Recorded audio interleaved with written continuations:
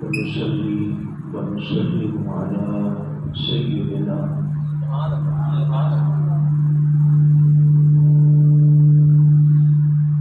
حبيبنا وشفيعنا مولانا وملجأنا ومأوانا محمد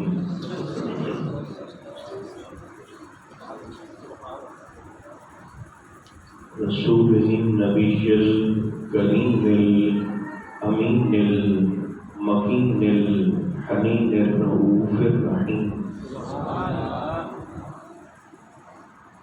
وعلى آله الطيبين الطاهرين وعلى صحبه أجمعين أما بعد فأعوذ بالله من الشيطان الرجيم بسم الله الرحمن الرحيم وَإِذْ أَخَذَ اللَّهُ مِيثَاقَ النَّبِيِّينَ صدق الله مولانا العظيم. درود و سلام پڑھیے. الصلاۃ والسلام علیک یا رسول اللہ، الصلاۃ والسلام علیک یا حبیب اللہ، الصلاۃ والسلام علیک یا رحمۃ للعالمین وعلی آلک واصحابک سیدی یا شفیع المذنبین.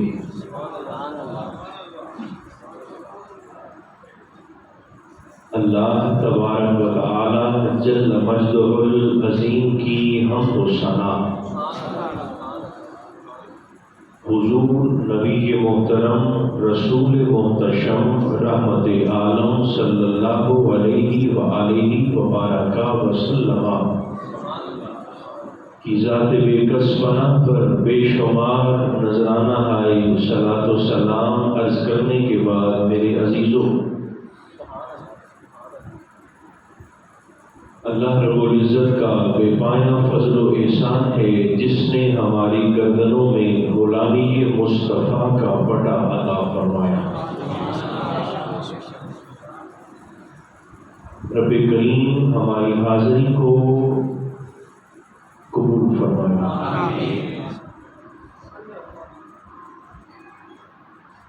آیت کریمہ کا ایک ابتدائی حصہ خطبے کے اندر تلاوت کرنے کا شرف حاصل کیا. کچھ تفصیلی فوائد عرض کر کے معروضات کو سمیٹ دوں گا. عربی زبان کا قاعدہ ہے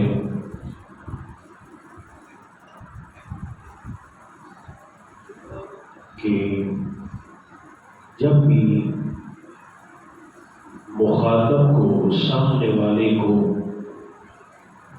گزرا ہوا وقت یاد کروانا ہو تو کلام کا آغاز واعظ سے ہوتا ہے.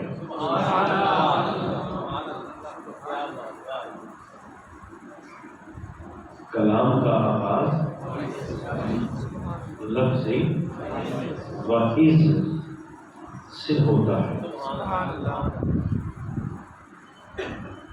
آپ اس آیت کا مزاج دیکھیے.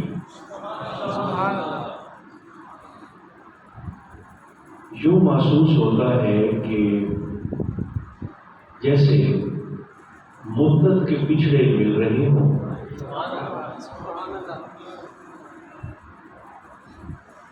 اور ایک محبوب اپنے دوسرے محبوب کو کچھ یاد کروانے کا کہہ رہا. وَإِذْ أَخَذَ اللَّهُ مِيثَاقَ النَّبِيِّينَ. اللہ فرماتا ہے میرے نبی، میرے محبوب، وہ وقت یاد کیجئے جب یہ ساری کائنات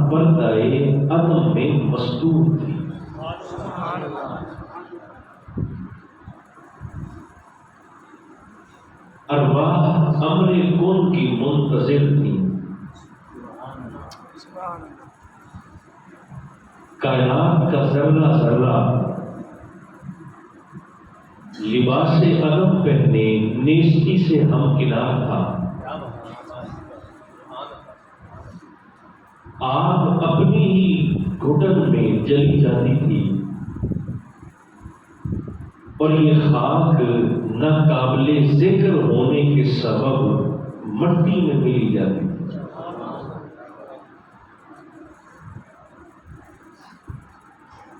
میرے محبوب، یاد کیجیے نا وہ وقت جب سورج تھا نہ چمک تھی، چاند تھا نہ دمک تھی، ڈالی تھی نہ لچک تھی، نہ کسی منافق کے دل میں بغض رسول کا خار تھا نہ کھٹک تھی۔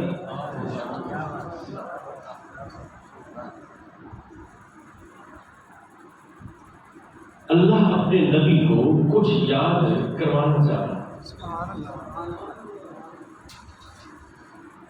یہ بات میں نے اس لیے کہتی کہ آج بھی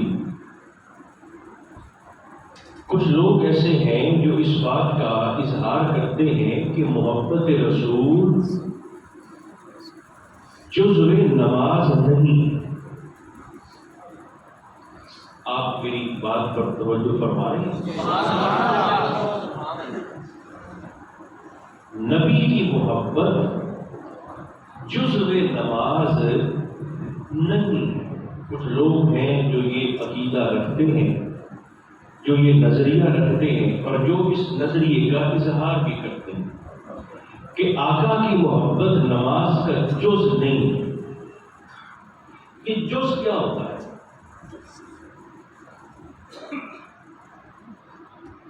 یاد رکھیے، جز اس شے کو کہتے ہیں جس کے نکل جانے سے کل باقی تو رہتا ہے مگر ناقص ہو جاتا ہے۔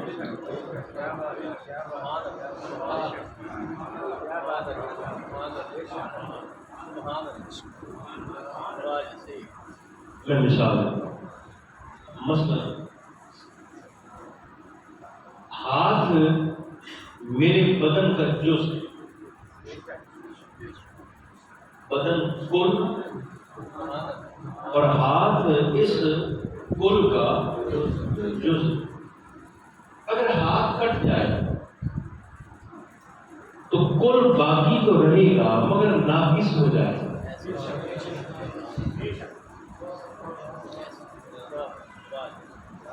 آنکھ میرے بدن کا جز ہے، آنکھ ضائع ہو گئی تو کل باقی تو رہے گا مگر ناقص ہو جائے گا۔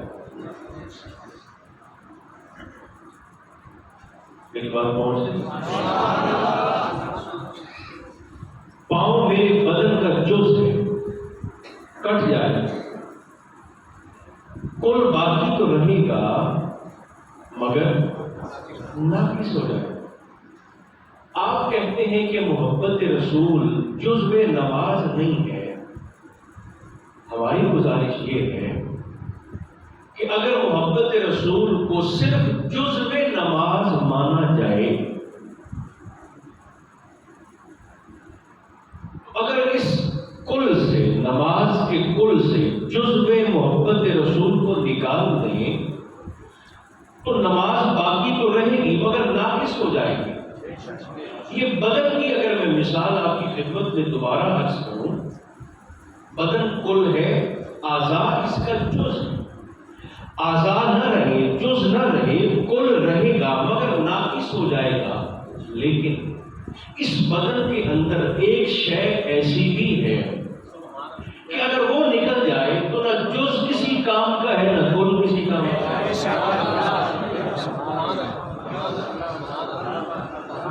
وہ شے کیا ہے؟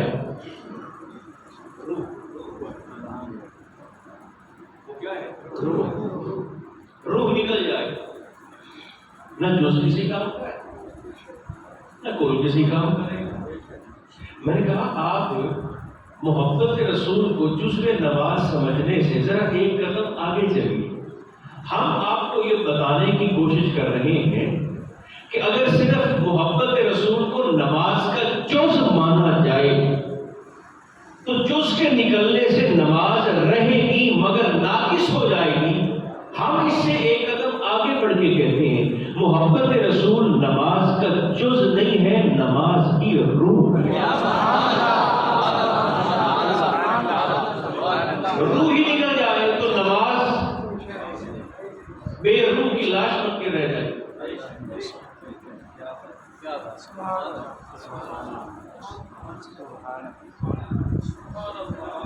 آپ کا ایک دوست آپ کے پاس آیا، اس نے کہا میں نے آپ کے لیے 2 سال سے بڑی محبت سے 3 سال سے میں نے آپ کے لیے یہ بکرا پالا ہے، 35-40 کلو اس کا وزن بھی ہے اور بڑی شاندار چیزیں میں نے اسے 3-4 سال میں کھلائی بھی ہیں، میں آپ کے لیے بڑے پیار سے بڑی محبت سے لے کے آ گیا ہوں، یہ آپ میری طرف سے قبول کر لیں۔ آپ نے کہا ٹھیک ہے، مگر وہ دوست کہنے لگا کہ اس میں نا ایک ذرا سا خامی ہے۔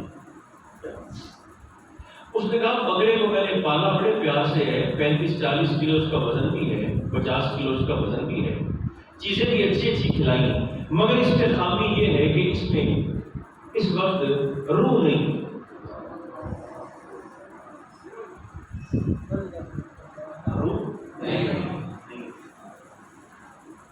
تو آپ کسی بھی مسلک کے مولوی صاحب سے پوچھ لیں کہ کیا ایسی صورتحال میں وہ بکرا کھانا میرے لیے جائز ہوگا، تو جواب ملے گا نہیں صاحب، چاہے سنی ہے، چاہے شیعہ ہے، چاہے وہابی ہے، چاہے دیوبندی ہے، کوئی بھی ہے، وہ آپ سے کہے گا نہیں، جب تک روح تھی تب تک آپ اس کے ساتھ 2 ہاتھ کر سکتے تھے، اب اس بیچارے میں روح نہیں ہے تو اب اس نے 4 سال میں جو مرضی کھایا، اب یہ آپ کے کسی کام کا نہیں ہے، یہ حرام ہے۔ روح نکل جانے کے بعد جیسے وہ بکرا اور گوشت اور جانور حرام ہو جاتا ہے، آپ یقین جانیں محبت رسول نماز کی ایسی روح ہے جس کے بغیر اللہ اس عبادت کو حرام تصور کرتا ہے۔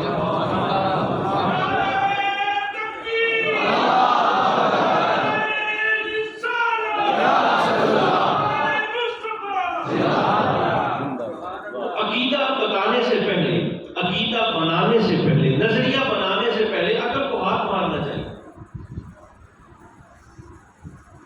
عظمت رسول کوئی تماشا تو نہیں، عقل سے کام لیں، لیکن عقل سے کام کیسے لیں؟ جس قوم سے انہوں نے یہ سارے عقائد اور نظریات لیے ہیں سمندر پار سے، انہوں نے تو آج تک عقل کو رسے سے باندھ رکھا ہے۔ سبحان اللہ، نہیں ہے دنیا کی کوئی قوم عقل کو رسی سے نہیں باندھتی، لیکن آپ یہ لاہور سے ذرا بیٹھے جہاز پر اور جدہ اور ریاض اتریں تو آپ کو ہر عقل رسی سے بندھی ہوئی نظر آئے۔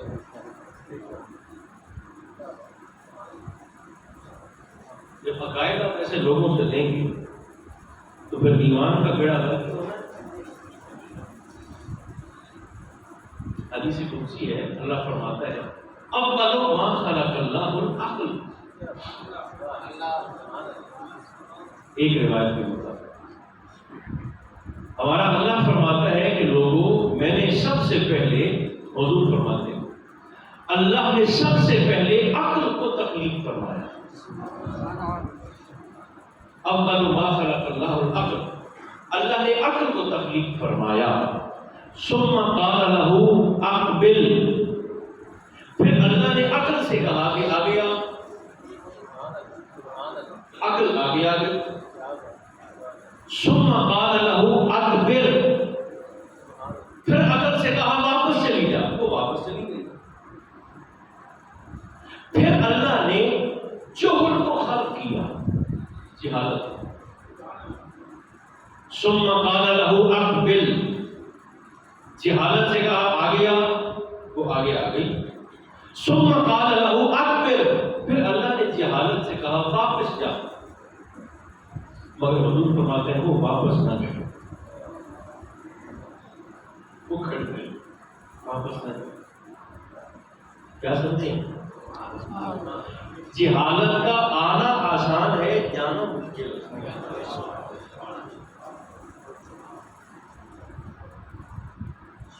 آپ میری گزارشات پر غور کریں۔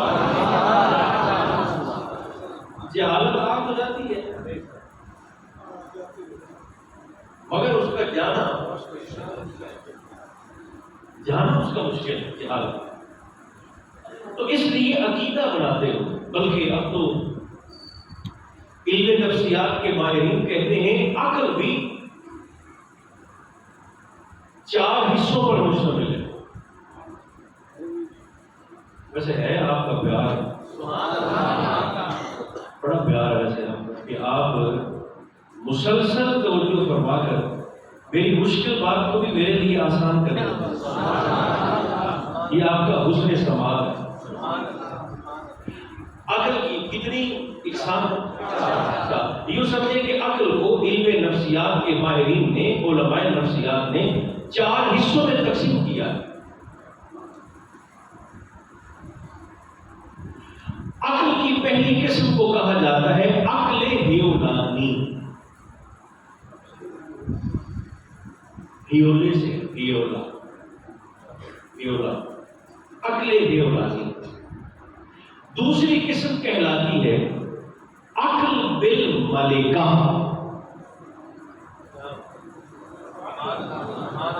تیسرا حصہ کہلاتا ہے عقل بالفعل،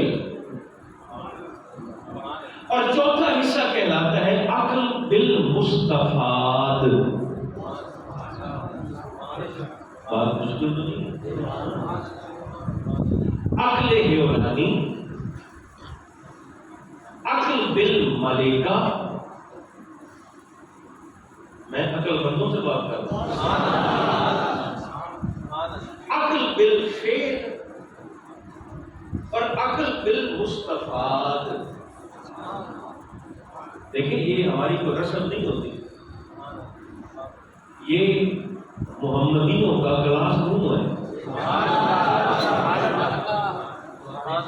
جس میں ہم نے کچھ سیکھنے کی کوشش کرنا ہے، کیونکہ یہ وقت ایسا ہے جو آپ مجھے دیتے ہیں 35-40 منٹ کا وقت، اس ممبر پر بٹھا کر یہ آپ اپنا وقت مجھے دیتے ہیں۔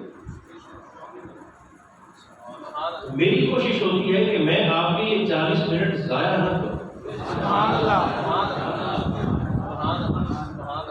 آپ نے اعتماد کر کے مجھے یہ وقت دیا ہے تو میں آپ کا وقت ضائع نہ ہو جاؤں۔ کیونکہ اعلیٰ حضرت فرماتے ہیں کہ قیامت کے دن اس شخص کا بھی حساب ہوگا جس نے کسی دوسرے کا وقت ضائع کیا، وقت کے ضیاع کا الگ سے حساب۔ تو یہ 4 اقسام ہیں عقل۔ میں چاہتا ہوں کہ میں اس کی وضاحت کروں۔ عقل ہیولانی کیا ہے؟ عقل ہیولانی عقل کا وہ بنیادی حصہ ہے جو اللہ کسی بچے کو ماں کی گود میں عطا کرتا ہے، ایک خاکے کی طرح، ایک ہیولے کی طرح۔ بس ایک ایسے تصور بنتا ہے، تصویر بنتی ہے اور مٹ جاتی ہے۔ ماں کی گود میں اس بچے کو پتہ نہیں چلتا کہ ماں کون ہے، باپ کون ہے، دوست کون ہے، دشمن کون ہے، اچھا کون ہے، برا کون ہے، اپنا کون ہے، پرایا کون ہے۔ ایک تصور سا بنتا ہے دھوئیں کی طرح، ایک ہیولے کی طرح، خاکے کی طرح، اور پھر وہ مٹتا چلا جاتا ہے۔ یوں سمجھیں کہ عقل ہیولانی کی مثال تازہ پگھلی ہوئی موم کی طرح۔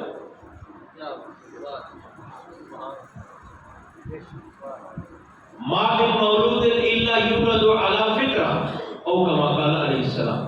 سرکار فرماتے ہیں ہر پیدا ہونے والا بچہ فطرت اسلام پر پیدا ہوتا ہے۔ پھر اس کے والدین نے اسے مجوسی بنا دیں، عیسائی بنا دیں، یہودی بنا دیں۔ تازہ پگھلی ہوئی موم آپ جس بھی سانچے میں ڈالیں اسی سانچے میں بچہ فطرت اسلام پر پیدا ہوتا ہے۔ پگھلی ہوئی موم کی طرح ہوتی ہے، اور ماں کی گود اس بچے کے لیے سانچے کا کام کرتی ہے۔ میں توجہ بتا رہی ہوں، جیسا سانچہ ہوگا وہ سانچہ موم کو ویسے ہی ڈال دے۔ ویسے میں کائنات نہ مانوں اس سانچے پر جس نے مصطفیٰ جیسی شخصیت کو ڈھال کر اللہ کی ذات کا مظہر بنا دیا۔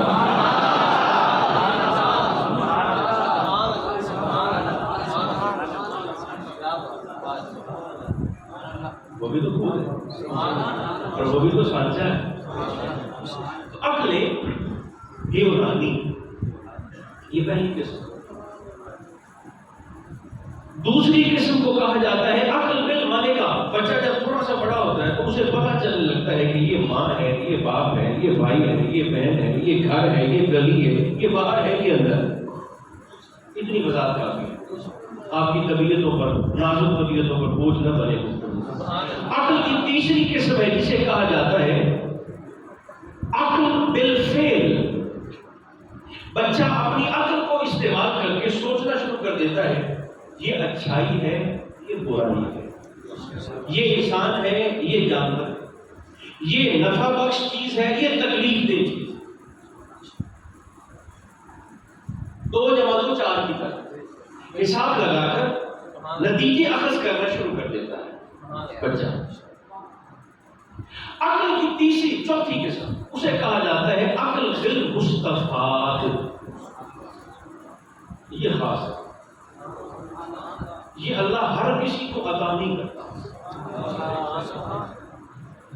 عقل بالمستفاد صرف اور صرف اللہ ان شخصیات کو دیتا ہے جو مقربین ہوتے ہیں۔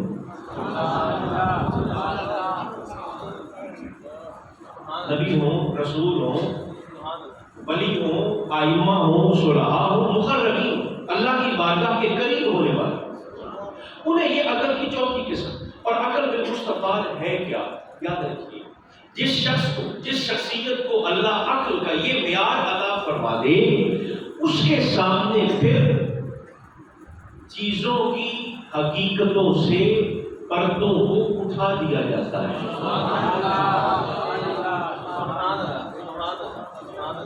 جو پردہ میری اور آپ کی نظر پر ہوتا ہے وہ ان کی نظر پر نہیں ہوتا، وہ چیزوں کو ان کی حقیقتوں سے جاننے اور پہچاننے لگتے ہیں۔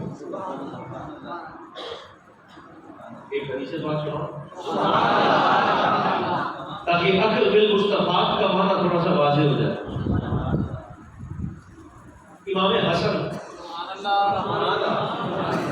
آپ کا خطبہ ارشاد فرما رہے تھے، تقریر فرما رہے ہیں عقل بالمستفاد کیا ہے۔ رب آنکھوں سے پردوں کو ہٹا کیسے دیتا ہے اور صاحب مستفاد چیزوں کو، لوگوں کو ان کی حقیقتوں سے کیسے جانتے اور پہچانتے ہیں۔ امام حسن منبر پر بیٹھ کر خطاب فرما رہے تھے کہ ایک منافق مسجد میں داخل ہوا اور جناب علی کو گالیاں پکڑا۔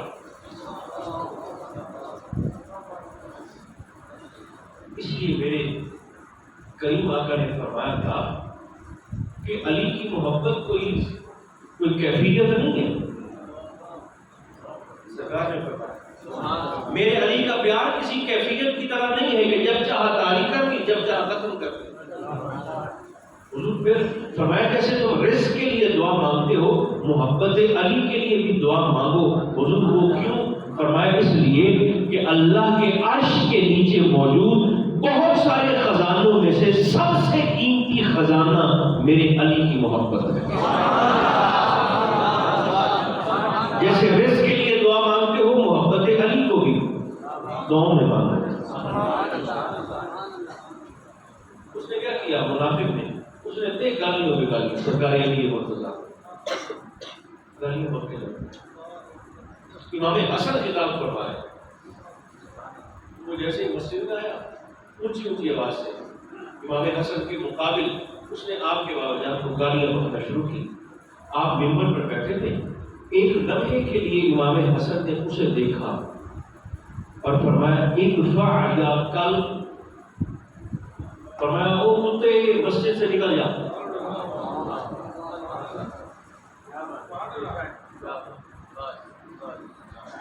کیا کہا؟ ادفع یا کل، او کتے مسجد سے. لوگوں نے پلٹ کر دیکھا تو انہیں مسجد نبوی سے باہر جاتا ہوا کتا دکھائی.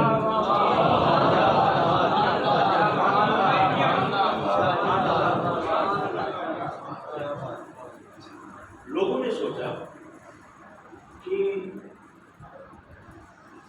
چونکہ یہ زبان وہ ہے جو حضور کی زبان چوس کر پڑی.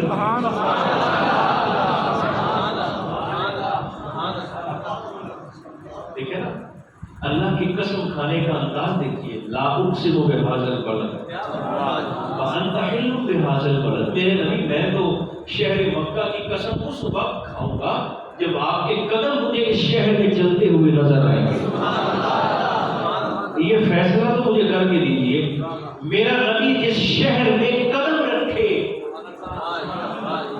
وہ شہر لائے کہ قسم ہو جائے.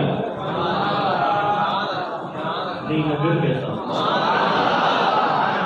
میرا نبی جس شہر میں قدم رکھے وہ شہر لائے کہ قسم ہو جائے.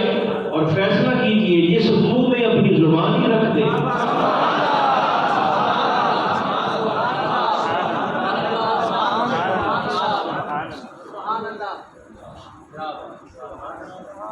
ہمارے امام نے فرمایا ادفع یا کل، نکل جا کتے مسجد سے.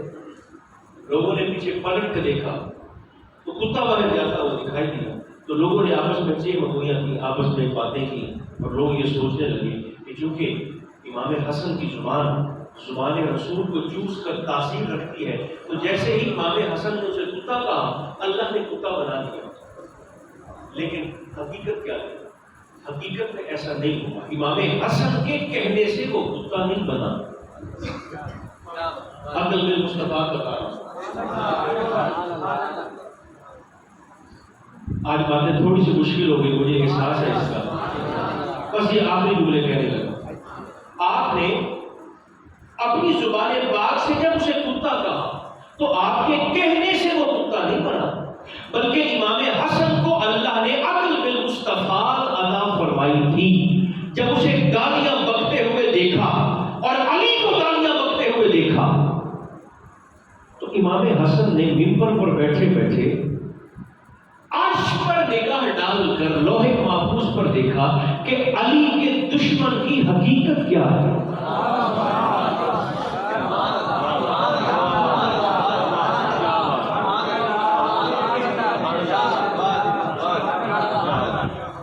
حقیقت دیکھنے کا میرے پاس تو قدرت نے مجھے ملکہ عطا کیا ہے. یہ بظاہر تو انسان لگتا ہے. آپ غور فرمائیں، بظاہر وہ انسان لگتا ہے علی کا دشمن، گالیاں نہیں پکڑا.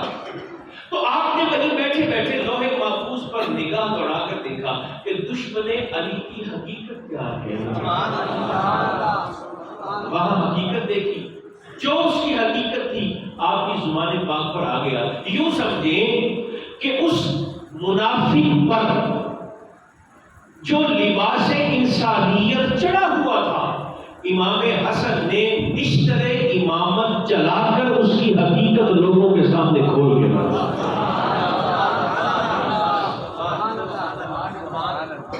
نشتر امامت سے اس کے پردے بچا کر.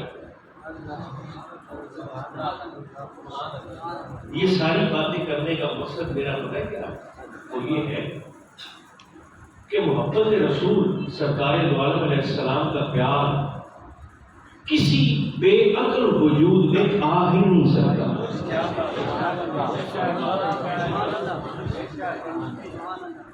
جہاں عقل ہوگی وہاں محبت رسول، اور جہاں محبت رسول ہوگی وہیں پر عقل ہوگی. جہاں سے سرکار کا پیار رخصت ہو جائے، جیسا کہ میں نے عرض کیا کہ جہالت آ جاتی ہے مگر جاتی ہے. اگر کوئی ہو جس کی قسمت اچھی ہو، جس کی تقدیر اچھی ہو، جس کی تربیت اچھی ہو، سانچہ اچھا مل جائے، ڈھالنے والا کوئی اچھا مل جائے، صنع کوئی اچھا مل جائے، کاریگر کوئی اچھا مل جائے، تو پھر وہ اس کے بدن سے غلاظت کے ایک ایک دانے کو چن کر اس کی طبیعت کو محبت رسول کے پھولوں سے مہکا دیتا ہے.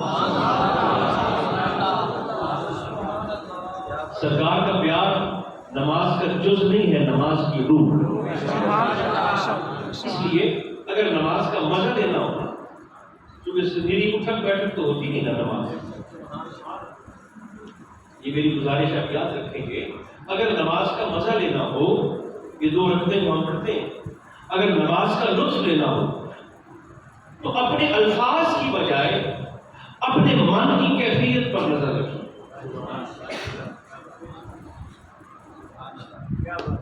الفاظ پر نہیں کہ آپ کیا بول رہے ہیں، الفاظ پر نگاہ نہ رکھیں، دل کی کیفیت پر نظر رکھیں. اس کی وجہ کیا ہے؟ وجہ یہ ہے کہ اللہ ان کی بھی سنتا ہے جو بول نہیں سکتے. رب ان کی بھی سنتا ہے جن کے پاس الفاظ نہیں، الفاظ نہیں، کیفیت. اگر جھک رہے ہیں تو کیفیت پر نظر رکھیں. بلکہ اب تو میڈیکل سائنس اس بات کو تسلیم کرتی ہے کہ کعبۃ اللہ کے اندر اللہ نے وہ اثرات رکھے ہیں، بیت اللہ مشرفہ کے اندر یہ اینٹوں کا پتھروں کا کوٹھا نہیں ہے. اللہ نے کعبۃ اللہ کے اندر وہ اثرات رکھے ہیں کہ سمت کعبہ اپنی پیشانی کو زمین پر رکھنے والا جیسے مقناطیسی ریزز نہیں ہوتی، مقناطیسی شعاعیں کھینچتی ہیں. وہ کہتے ہیں کہ اگر آپ اپنے سر کو بیت اللہ کی جانب نیچے زمین پر رکھتے ہیں، اللہ نے کعبۃ اللہ میں وہ تاثیر رکھی ہے کہ وہ مقناطیسی گویا لہروں کے ذریعے آپ کے گناہوں کا بوجھ اپنی جانب کھینچ کر آپ کو ایسے طیب و طاہر کرتا ہے جیسے اپنی ماں کے پیٹ سے جنم لیا. یہ کعبۃ اللہ میں تاثیر. یہ تو 4000 کلومیٹر تو یہ ہمارے سامنے رکاوٹ ہے. یہ تو ہمارے لیے رکاوٹیں ہیں، کوئی پردے ہیں، کوئی سمندر ہے، کوئی سرحدیں ہیں، کوئی دریا ہے. یہ رکاوٹ فیض کعبہ کے لیے نہیں، وہ چھوٹنے والوں کو عطا کرتا ہے. اللہ ہمیں توفیق عطا فرمائے. صلی اللہ علیہ وسلم محمد و آلہ و اصحابہ.